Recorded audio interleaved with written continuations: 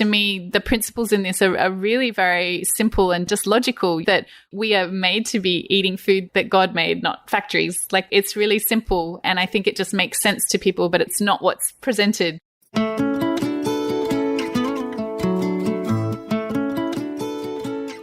From the Weston A. Price Foundation, welcome to the Wise Traditions podcast for wise traditions in food, farming, and the healing arts. We are your source for scientific knowledge and traditional wisdom to help you achieve optimal health.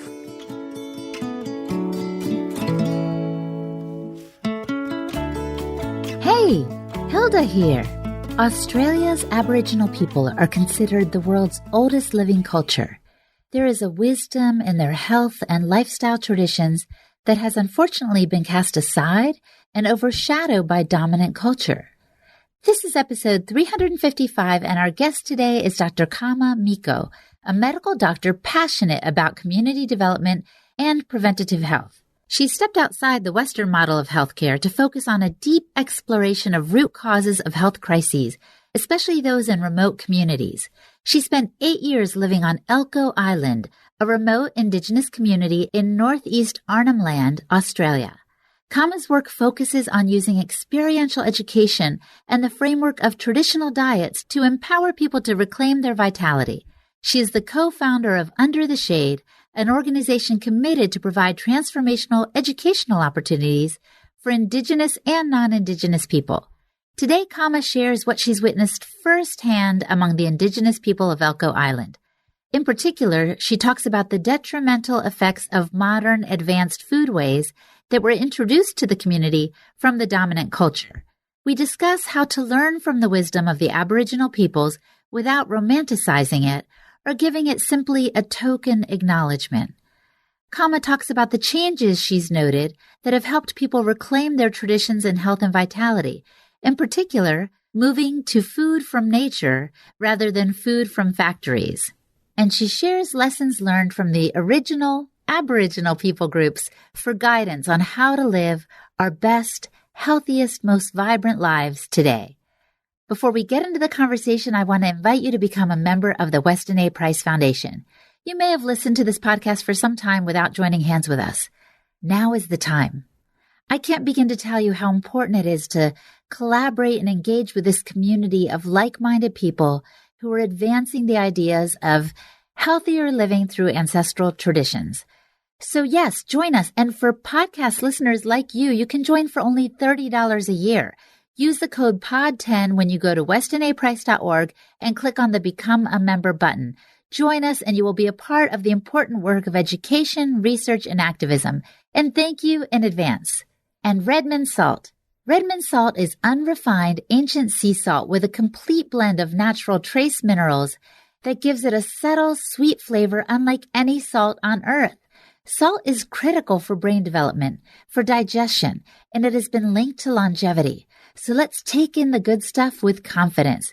Redmond salt is unrefined, like I said, and its quality is unmatched. It's the way salt was meant to be. Redmond is my favorite salt company, and I'm happy to say they are offering you, Wise Traditions podcast listeners, a special discount to try them out. Head to redmond.life and use the code word WISE for 15% off at checkout. That's Redmond, REDMOND.LIFE, and the code word WISE for 15% off. Stay salty, my friends. This is Holistic Hilda, and you're listening to Wise Traditions. Welcome to Wise Traditions, Kama. Thank you so much for having me.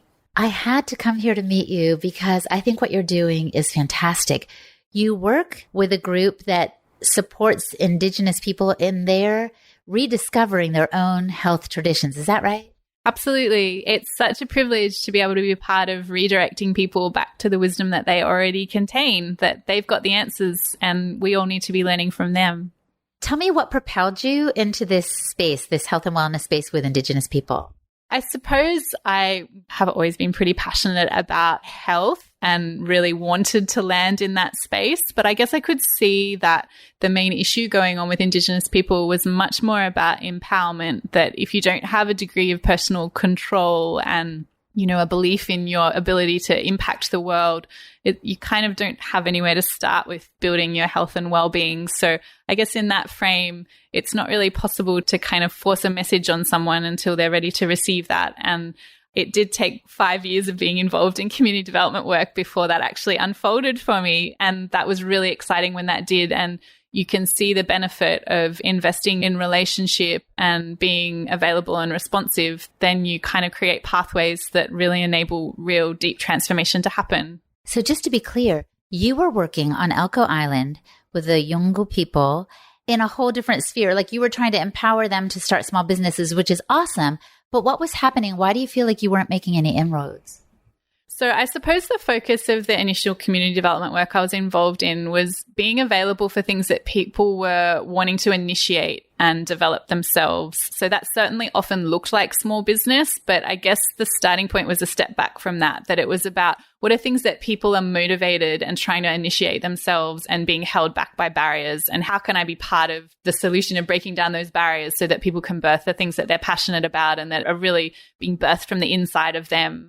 And I guess in that space, it was kind of horrific to see the impact that this epidemic of chronic disease was having in the community. So anything that people were trying to do for themselves was being so disastrously impacted by the serious health issues going on there. So the death rate is really horrific. Funerals are constant.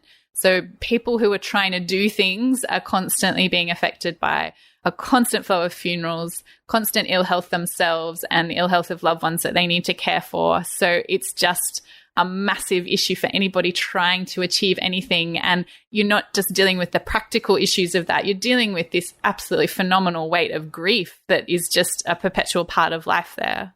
Oh no, so you're trying to work with these people and they keep getting sidetracked either by their own health problems or the death or health problems of loved ones. And so it's kind of staring you right in the face. This needs to be addressed before anything else. Absolutely. But at the same time, it was not an issue that people were seeing any pathway forward in or even knowing how to find a pathway forward in. So it's not as if it was something that people were directly asking for help with. And it took me quite a while to really be convinced of just how in the dark people were about why everybody was dying.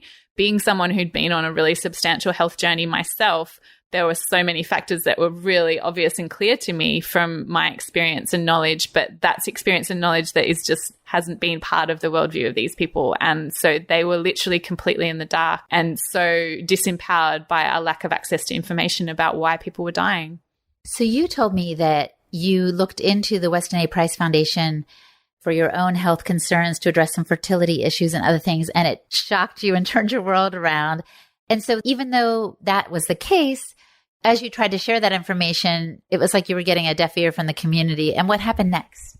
So yeah, absolutely. For me, I was able to stumble upon the work of Weston A. Price when dealing with really heartbreaking health issues myself, trying to get through pregnancies. And it certainly was an absolute life-changing shift in the way I ate. And I guess the way I thought about how to answer questions about health and how to find pathways and wisdom. And it just made so much sense to me. And it was an amazing thing to discover in the context of living in a remote community where it was so easy to kind of test those hypotheses, where you could very easily access knowledge about how people used to do things. And you could see all those principles alive in this traditional culture that Weston A. Price was talking about.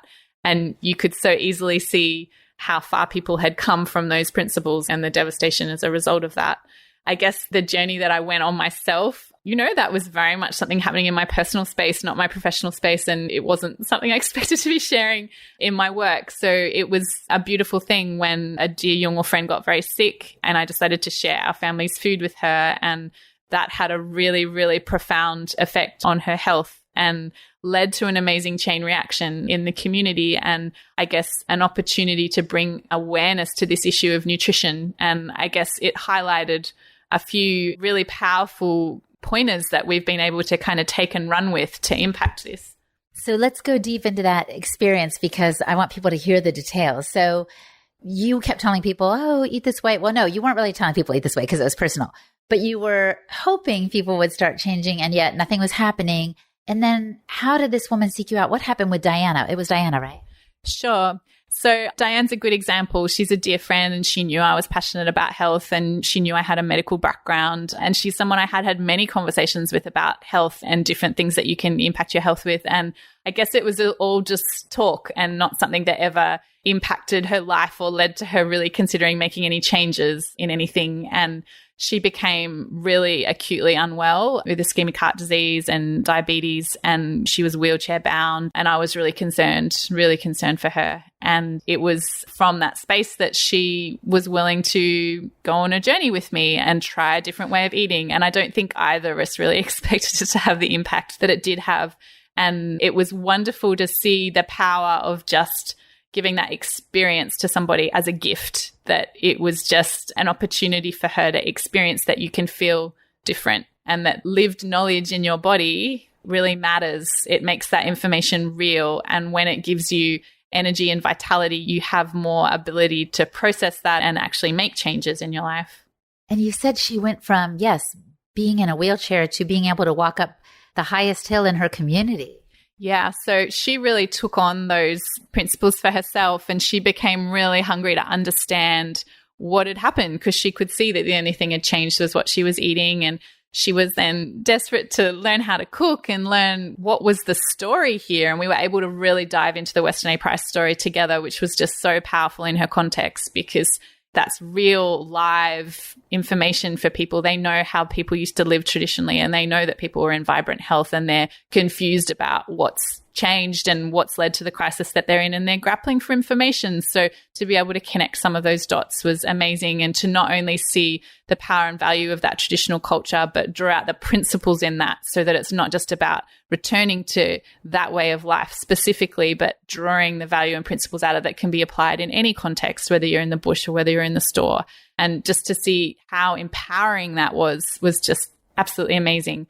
She took on those principles herself, and after many months, she was able to walk big hills. And the fact is that was a transformation that people in the community saw. Like they witnessed that change, and she kind of became an evangelist for that. And it had a chain reaction where other people were drawn into wanting to go on a journey like she'd been on. I love this story because you're not telling the traditional peoples to eat some specific way now, like let's follow this trend and go gluten-free. You're kind of inviting them to go back to their own roots. Absolutely. And it's wonderful to kind of be able to just cut across any of the politics and complexity of all of that. There's so many different frameworks to eat out there, and it becomes so hard for people to navigate and know how to make choices. And it's just quite simple for a Yolngu person to be able to reconnect with how Yolngu people have always eaten. There's nothing political or complicated about that. And there's principles in that can be drawn out. And I guess it was a particularly beautiful thing to be in that context and had such a wonderful journey myself where these principles had been able to transform my health and enable me to have children, and to be able to give that back to people groups that have been stewarding that knowledge for millennium is, to me, that feels right. That's how that should be. Stewarding that knowledge for millennium. And that's beautiful. And it's so true that there is so much wisdom that we're looking in textbooks and scientific papers to try and find wisdom for how to live. But we've got these amazing living examples from all over the world. And that's what I love about the work of Weston A. Price is it's not a kind of cookie cutter thing that's saying there's one way to eat, the one diet that's right. It's saying, wow, God made this amazing world full of diversity. And there are so many different expressions of that. But there is principles within that are true anywhere. And it's those principles that have been tested over time that we can draw on, and we can see them in so many different contexts and the fruit of those. And that just seems like a really powerful, grounded way to make decisions to me. To me too. And what's cool is those principles, as you said, can be applied whether we live in a city, whether we live on some remote island. It doesn't matter where we live. We can live according to those principles. But tell me specifically with the Yolngu people that you've worked with, what are the challenges that they face in trying to eat more traditionally? So I suppose there's a lot of layers to that. I mean, firstly, people need to have an understanding in order to be making these choices. And when you think about it, it kind of makes sense that people are not looking to nutrition as the kind of culprit in their current health crisis. I mean, in the traditional context, food was considered good. If it wasn't good, it's not food, and you can enjoy the abundance that nature provided. That's not something that you're needing to be putting lots of rules and barriers in place. There's a beautiful freedom to enjoy nature's abundance. And it's not on people's radar that you would be creating food deliberately that is bad for you and bringing it to the community to be sold to make money. And another layer to that is, I guess, the story of colonization, where a dominant culture has come in and presented itself as being superior and traditional culture as primitive and backward and not relevant. So people are not looking at their traditional culture as being valuable and holding the answers. And they're certainly being told that answers lie in this new super stronger culture. So that's easy to be associated with their food, that their food must be better and superior. So again, that's not being seen as a culprit. I guess it's important to kind of put, again, in a context that Yolngu people are being disempowered on every level. And that definitely applies to their health as to anything else, that people are being put in a context where they're not realizing their personal power. They're not realizing that there's areas that they have control over, that they can impact and change an outcome in. And it's very easy to externalize the reasons why things are not going well. And information gives you power and it gives you responsibility to be able to make choices. But without that information, you don't have the opportunity to take that responsibility. And it's wonderful to be able to give people an experience that can cut across that. And once you've lived something in your body, you can't really unknow that because you've lived it. And that doesn't make it easy to always make the right choices, but you now actually have a choice. I love that, because information only goes so far. It's like head knowledge as opposed to heart and body knowledge. Absolutely. And it's the most amazing process to witness when you can just take someone through a process. I mean, I'm a little bit hooked on the process because you kind of feel like you can talk at somebody as long as you like, and it's not going to make any impact. But if you can just show somebody and let them live it, it's like then they're actually in a position to be able to decide. They've experienced it. So how can you help, or how can all of us help people experience it more, do you think? So I guess the work I'm really passionate about is about making that process available to Indigenous people. I feel really passionate about giving back to these people that have stewarded this knowledge. And I feel really passionate about building the connections that we are all part of the same story. We do actually all need the same things. And when we can be in a context together where we're exchanging information, we can actually find empowered ways for all of us. So there is so much value in traditional culture that we need, and there is so much information that Yolngu people need in order to find pathways forward. And I find it just devastating that these cultures are kind of being annihilated before our eyes from preventable chronic disease. That, we know what can be done about this, and we need to be caring, we need to be valuing these people groups before it's too late.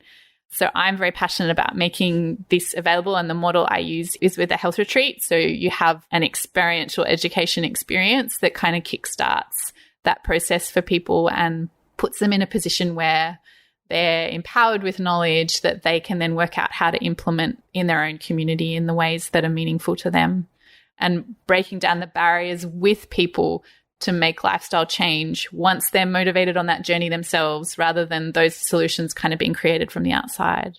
Yeah. And I guess I'm just thinking about in our Western context, a lot of times we try to kind of argue people into thinking about food our way. I see online people are always like, how can I talk to my vegetarian cousin? People are freaking out and thinking they can somehow persuade them with the latest documentary or podcast. But in truth, if we had more opportunities for people to experience the benefits of real traditional foods, we wouldn't have to argue a bit, would we? Absolutely. I think it's about experience, and I think it's also about kind of grounding things in frameworks that make sense, because to me, the principles in this are really very simple and just logical, that we are made to be eating food that God made, not factories. Like, it's really simple, and I think it just makes sense to people, but it's not what's presented. We get presented with so much more complexity. Right when we were having lunch, the girl that was sitting next to us was reading some book, and I didn't see the title, only the subtitle, and it was something like the latest scientific evidence for a diet that will alleviate anxiety, depression, and who knows what all else. And I was like, oh, I just hope she was listening to our conversation about traditional foods. We want everybody to hear about the power of traditional foods. And I just love that in a context that it isn't just about food, it's about frameworks that are very simple and just directing us back to the way we were made and the way we were made to be in the world and the environment and the way we were made to be relating to each other. And I think they're all kind of part of that same picture. Coming up, Kama elaborates on what she has witnessed among the people on Elcho Island and how we too can reclaim our vitality through proper nourishment and returning to ancestral health ways. You're listening to the Wise Traditions podcast from the Weston A. Price Foundation. We pause now to recognize our sponsors. Paleo Valley. Paleo Valley grass-fed beef sticks are the real deal. They are sourced from 100% grass-fed and grass-finished cows that are never fed grain or harmful antibiotics. And they come from small, family-owned farms right here in the United States. 100% grass-fed beef contains more calcium, magnesium, potassium, zinc, phosphorus, beta-carotene, and iron than grain-fed beef. That may be one reason these beef sticks are not only delicious, but they're nutritious too. And honestly, a lot of meat snack products are made with hydrogenated oils, which contain trans fats and are particularly bad for heart health, blood sugar levels, inflammation, and belly fat. Paleo Valley beef sticks, on the other hand, are free of hydrogenated oils, making them the healthiest meat snacks on the market. They're honestly delicious and great for when you're on the go. I take them all the time on my trips, and I'm so thankful for them. Plus, Paleo Valley beef sticks use old-world methods of fermentation, which gives them a particularly long shelf life without the harmful acids and chemicals that other beef sticks might add. The natural fermentation process creates probiotics, too, for a balanced, healthy gut and eased digestion. So go to paleovalley.com and use the code word WISE for 15% off at checkout. Again, that's paleovalley.com and the code WISE for 15% off. An optimal carnivore. Organ meats are some of the most nutrient-dense foods on the planet. The founders understand the amazing benefits of eating organ meats, but they found it difficult to source a variety of high-quality organ meat, and they disliked the process of preparing them and trying to make them tasty. So, Optimal Carnivore started sourcing 100% grass-fed organ meats from New Zealand. They freeze-dry the organs and encapsulate them into convenient bovine gelatin capsules. They chose New Zealand because it is a pure source, a pristine land with rich soil, lush greenery, and one of the cleanest environments on Earth. And their products are 100% grass-fed and grass-finished, free of hormones, pesticides, antibiotics, and GMOs. Our ancestors would have eaten the whole animal. So Optimal Carnivore created this unique blend of 9 different organs, a powerful combination including beef liver, brain, thymus, heart, kidney, spleen, pancreas, lung, and gallbladder. It is a real nose-to-tail solution. Each organ contains its own unique benefits and nutritional profile and provides a large range of nutrients that support all of the major organs and glands. Again, Optimal Carnivore gently freeze-dries the organs to preserve all of the vitamins, minerals, proteins, and enzymes. And they believe everyone deserves easy access to the most nutrient-dense foods on the planet, and they want to take the guesswork and hassle out of eating organ meat.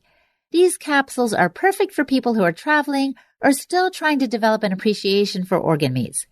I have a great diet, but I still take supplements to fill in the gaps.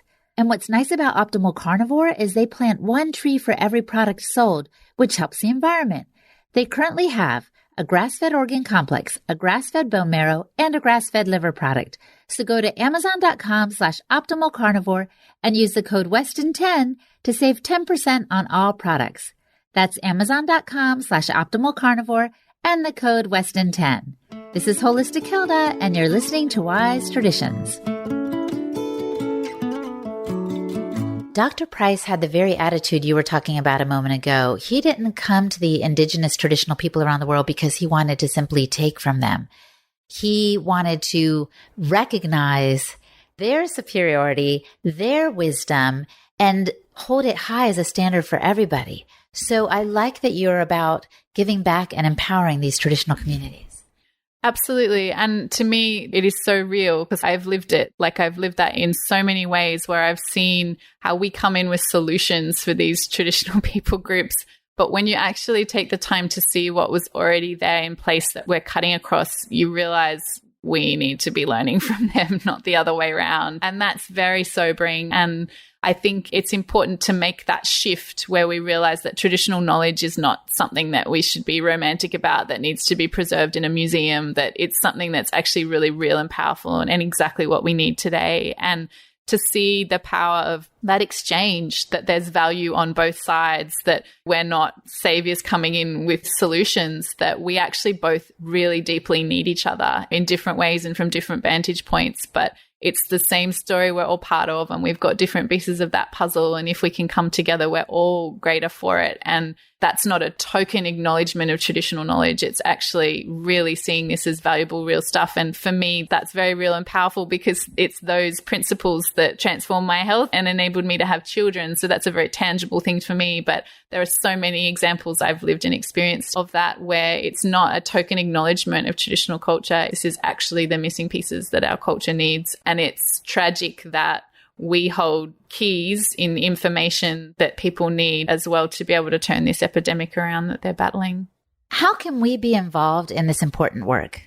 Well, that's really exciting, because I think that, to me, it's such a privilege to have something to offer people in that. I think so many people care about Indigenous people and they care about the injustice of what's going on, but they don't actually know how they can help or get involved. And it's so wonderful to be part of something that is positive and transformative in a space that is often so negative and hopeless. And this is really real and powerful. We have an amazing pathway that we've been given and are passionate about folding out. So we are really wanting people to be on that journey with us. That's another thing I value so much from what I've lived and learnt with Indigenous people, is that it's always about relationship and journeying together. And right from the start, this work would not have been possible without individuals donating their resources, their money, their skills. And that's really what's made it possible right from the start. And we really are passionate about maintaining that model, that this is about people coming together in a movement and a journey it's so exciting whenever we get to include people in that story. So we definitely need people to be supporting us financially to make it possible, particularly at this stage where we're really looking to make this work available to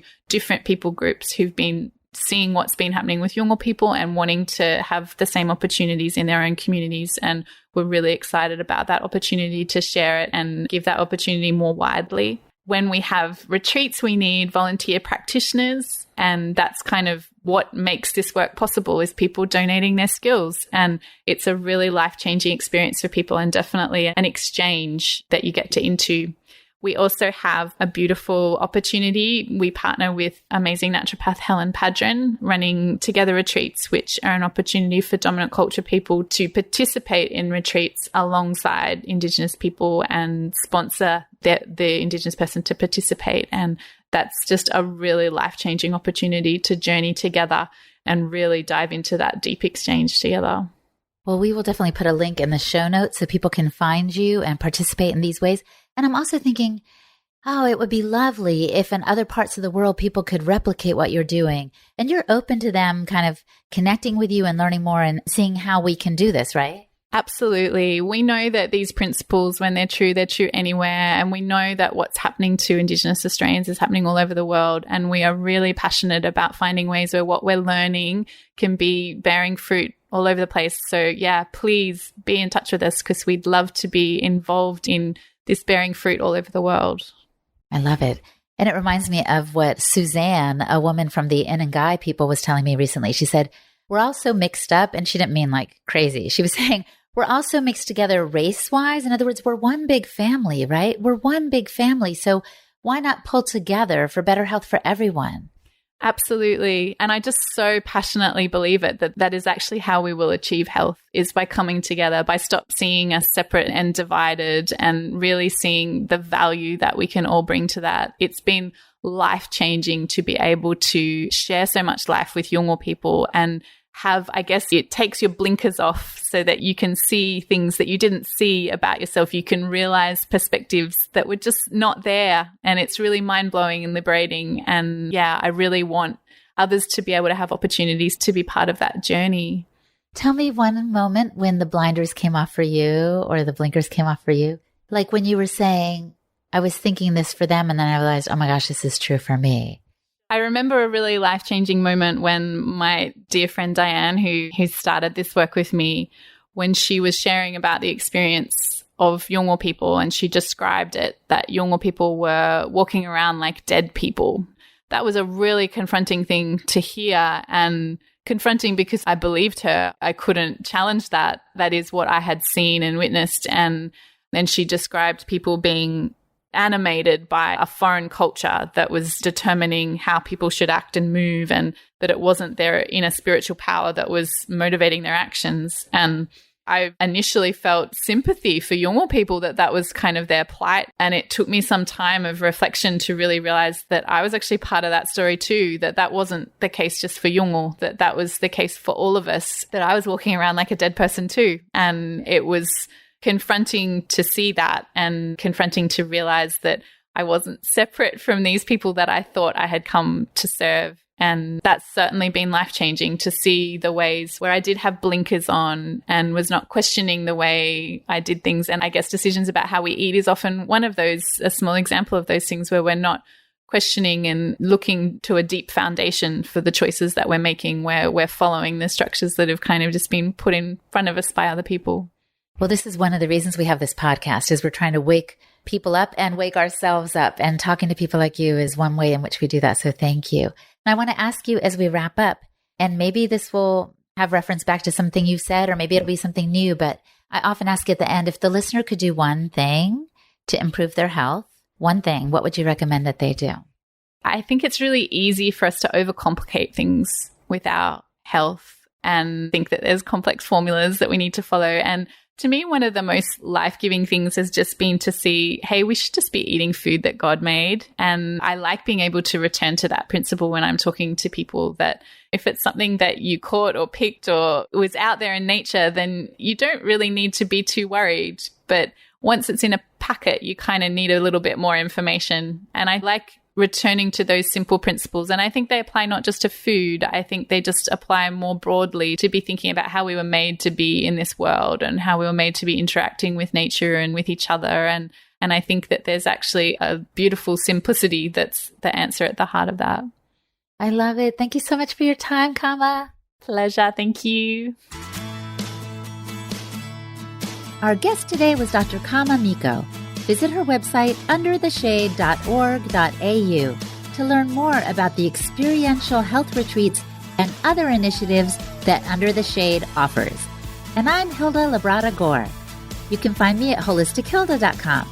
And for the transcript for this podcast episode, visit our website, westonAprice.org, and click on the podcast page. And now for a letter to the editor from a recent journal. I Love Lucy Trivia. I thought you might enjoy this bit of trivia. I thought of the Weston A. Price Foundation principles when I watched this Season 2 episode 21 of I Love Lucy with my daughter some months back. What is captured in this scene is how average middle-class Americans used to eat before all the propaganda against meat kicked in. In the restaurant scene from the episode, Lucy keeps changing her mind about what she wants to eat for dinner. They all order meat dishes.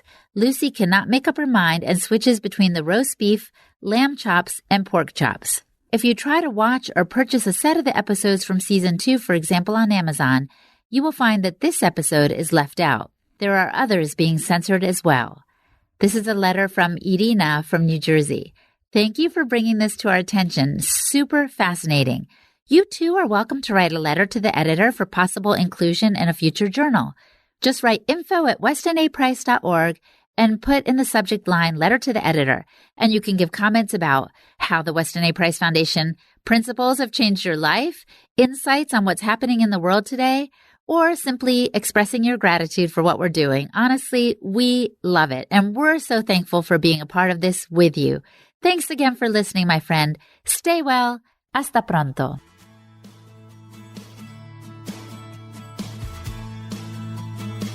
On behalf of the Weston A. Price Foundation, thanks for listening. We have many free resources to support you on your health journey. Visit westonaprice.org to find podcasts, articles, videos, and more. You can also find a local chapter near you for help in finding sources of great food.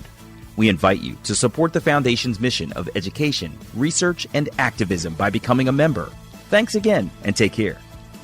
Wise Traditions is a project of the Weston A. Price Foundation for wise traditions in food, farming, and the healing arts.